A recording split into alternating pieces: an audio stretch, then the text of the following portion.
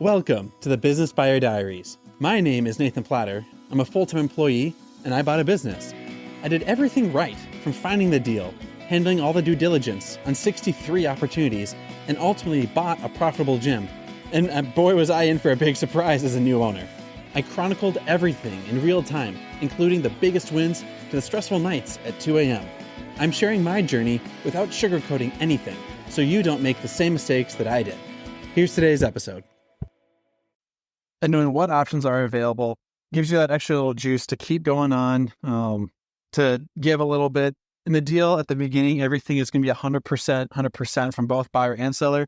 And partway through, you start to lose your juice. And so just knowing like, all right, seller, I'm going to give you some grace on this area that's not completely accurate. Seller can be like, all right, I'll give you some grace on this area that's not completely accurate. At the end of the day, you're here to work together and then close a deal and fulfill two people's dreams. So those are the two things to keep in mind. And let's go buy a business. This has been another episode of the Business Buyer Diaries. Subscribe so you don't miss the next episode. I hope you're realizing that business ownership is no cakewalk. Check the podcast notes for a link to the DIY Due Diligence program, the complete list of show sponsors, and for media inquiries. Music written and composed by Wes Schrock. I'm your host, Nathan Platter. Join me again on the next one.